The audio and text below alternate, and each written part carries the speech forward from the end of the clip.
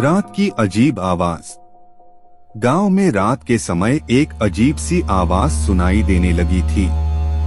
वह आवाज कुछ भी नहीं कहती थी, बस खामोशी में उत्तर दिया करती थी। गांव के लोगों ने इसे भूतिया आवाज समझकर दूर रहने शुरू कर दिया। सुनील नाम का एक युवक था जो अपनी बहन और मां के साथ एक छोटे से मकान में रहता था। एक दिन उसने निश्चित कर लिया कि वह आवाज का पता लगाएगा। एक रात सुनील ने अपनी बहन को और मां को घर पर ही छोड़ दिया और अकेले वह वहीं पर मकान में रहा। रात के 2 बजे आवाज फिर सुनाई दी। सुनील ने जल्दी अपना ध्यान उसी दिशा में लगाया और देखा कि आवाज उसके कमरे से ही आ रही है। धीरे धीरे उसने अपनी चादर ओढ़ी और बाहर निकला। मकान के पीछे जाकर उसने एक अजीब से पुराने कुएं को देखा।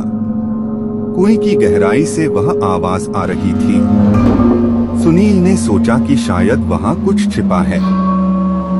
उसने कुएं के पास जाकर देखा तो वहां एक भूतिया पुरानी और डरावनी लाल साड़ी पहने हुए और भूत की तरह दिखाई दी।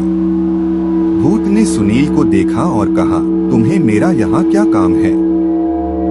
सुनील डर कर बोला, मैं तुम्हें यहाँ पर आते देखा, इसलिए मैं यहाँ आया हूँ। भूत ने कहा, मैं तुम्हें छोड़ सकती हूँ, लेकिन तुम्हें मुझे मेरे गुप्त से कुछ लाभ होगा।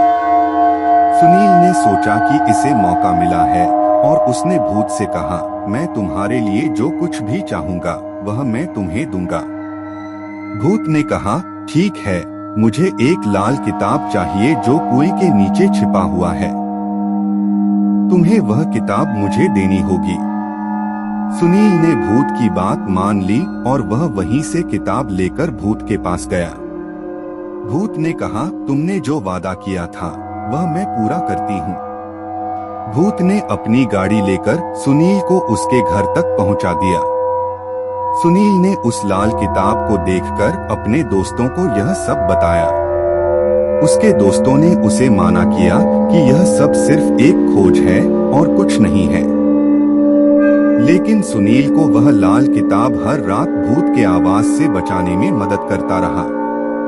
जब भी भूत की आवाज आती वह उस किताब को खोलकर पढ़ता था। धीरे धीरे वह भूत की आवाज को जितना भी सुनता था वह उसे समझने लगा और उसे पूरी तरह से समझ गया। भूत की आवाज का रहस्य उसे इतना प्रभावित कर गया कि वह उसे सच मान लिया। गांव के लोग अब उसे भूत के अच्छे दोस्त कहने लगे और सुनील भूत के साथ अब अच्छे दोस्त बन गया था। उसने समझ लिया था कि जिंदगी में हर कोई अदृश्य ताकतों का ही एक हिस्सा है, जिसे समझकर उससे निपटना चाहिए।